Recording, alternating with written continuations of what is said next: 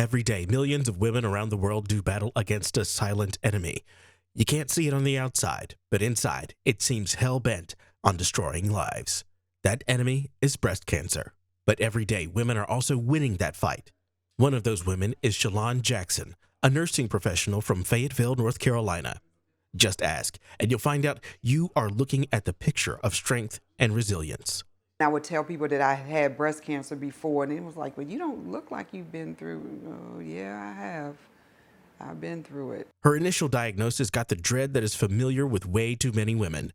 But Shalon says her mission and her purpose were immediately clear. I guess it was just me with the goal to just move forward. I didn't look back on the what if.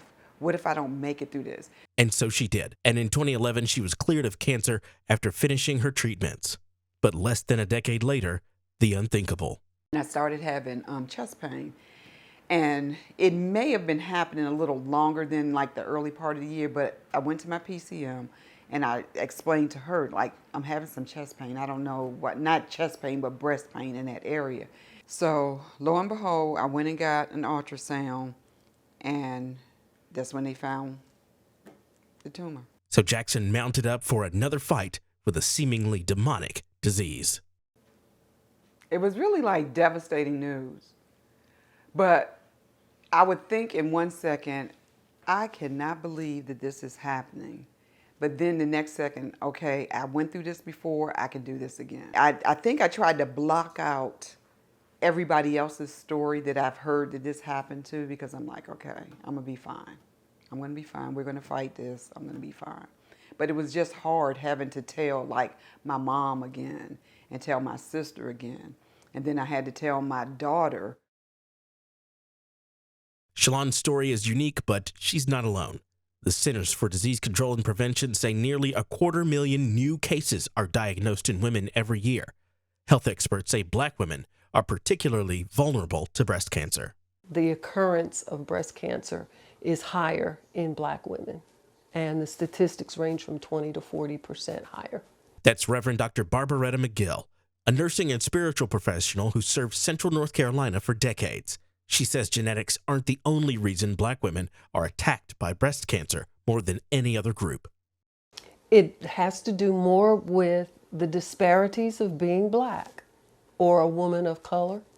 The genetics do not bear out that that's the reason there's a higher incidence, but because of the lack of access, lack of availability, and lack of acceptability of health care that play a part in it being harder to find and get the treatment and diagnosis in a timely manner. The Breast Cancer Research Foundation says Black women are not only diagnosed more often, but they are also more likely to be affected by more aggressive subtypes. They're more likely to be diagnosed at younger ages, and they're most likely to be diagnosed at the most advanced stages of the disease. That's why early detection can be life-saving. And so it's important for women and men to be alert to lesions or changes in skin texture, as well as lumps and bumps that seem unusual in their breast area. Dr. McGill says it's important that if you are diagnosed, that you advocate for yourself. Then we have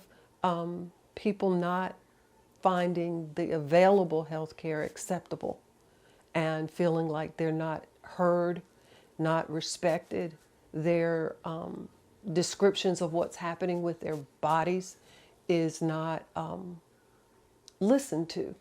And as providers, it is extremely important that when someone comes in and tells us this is going on and it's not right, that we pay attention to that. The treatment is tough, but it doesn't have to mean a death sentence. And someone can have a diagnosis of stage 4 metastatic cancer. That's a terminal diagnosis, but it doesn't mean that you can't live a rich and well-balanced quality of life.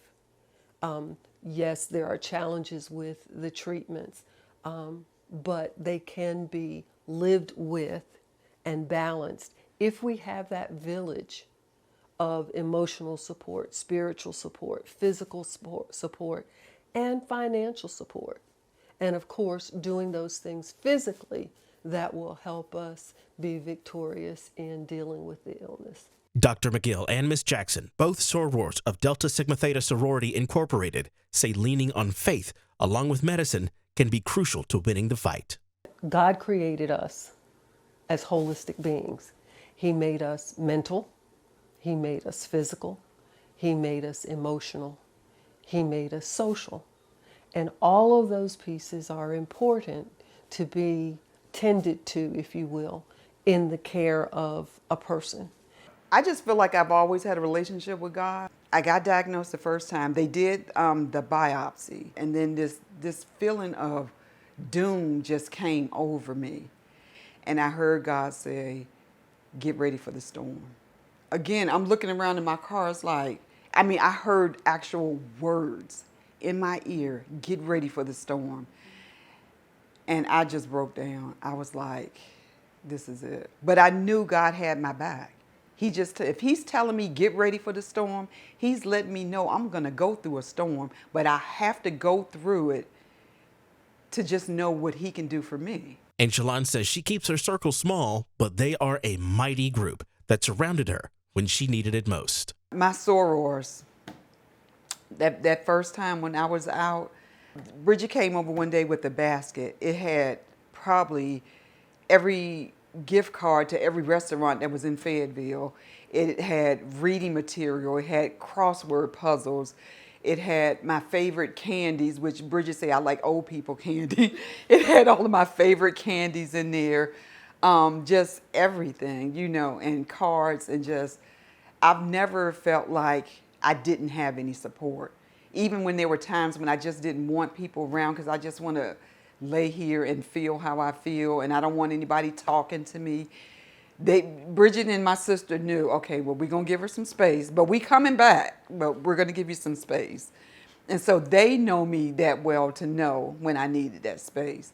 But when I needed anything, they were always there. Somebody was always there. Now on the surviving side of cancer for a second time, Shalon says the future is brighter than bright. The outlook is great. I turned 60 in January. So December this year, I'm going to Jamaica for my 60th birthday. Monday, my girlfriend that's a travel agent came across a 9-day cruise for after Christmas and New Year's of next year. I'm going to start payment on that. We're doing that Monday. And whatever else comes up, in between that time, I'm going to be busy. Shalon Jackson and several others who've done battle with this disease are thriving, not just surviving.